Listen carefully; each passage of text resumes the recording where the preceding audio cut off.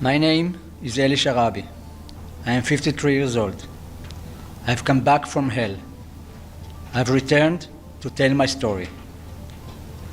I used to live in Kibbutz Be'eri with my British-born wife, Liane, and my daughters, Noya and Yahel. It was a beautiful community. We were all passionate about creating the best life for our children and for our neighbors. Liane and I was married for 23 years and had two wonderful daughters and a dog, Mocha. On October 7, my heaven turned to hell. Sirens began. Hamas terrorists invaded, and I was ripped away from my family, never to see them again. That morning, after the sirens began, I tried to reassure Liane. The army will come. They always come, I told her, but they didn't. The terrorists infiltrated our community.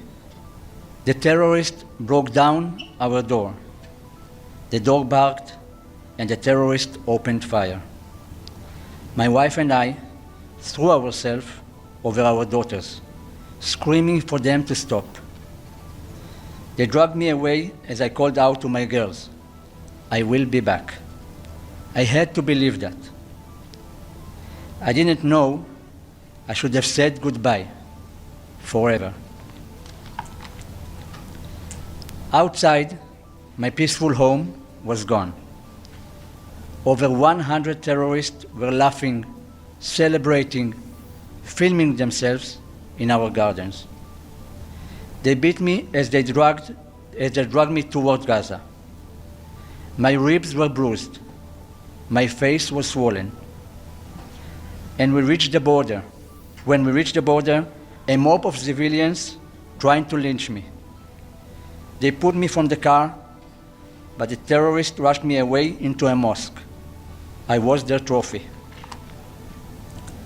For 491 days, I was kept underground in Hamas terror tunnels, chained, starved, beaten, humiliated. The chains they kept me in tore into my skin from the moment I entered until the moment I was released. I was given almost no food, no water, and no mercy. I was treated worse than animal. I was fed a piece of pita a day, maybe a sip of tea. I had to beg for food, beg to use the bathroom. Begging became my existence. And through it all, I held on to the hope that I would see my family again. When I was released on February 8, 2025, I weighed just 44 kilos. I had lost over 30 kilos. I arrived home and they told me my mother and sister were waiting for me. I said, "Get me my wife and daughters." And that was when I knew. They were gone. They had been murdered. My brother Yossi was murdered in captivity.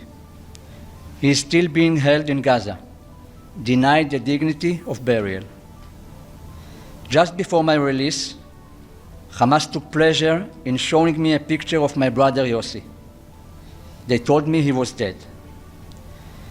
It was like they had brought a massive hammer down on me.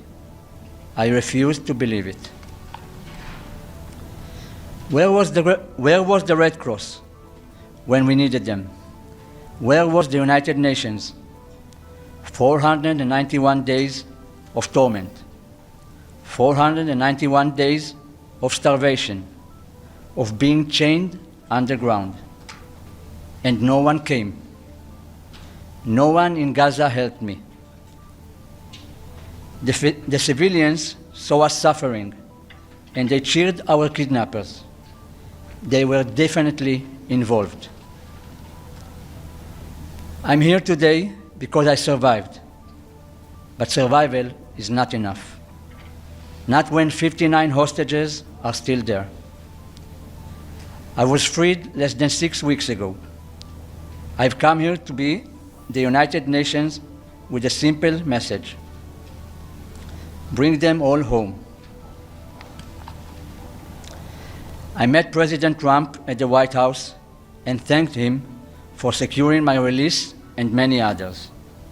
I appreciate his efforts to free those still held.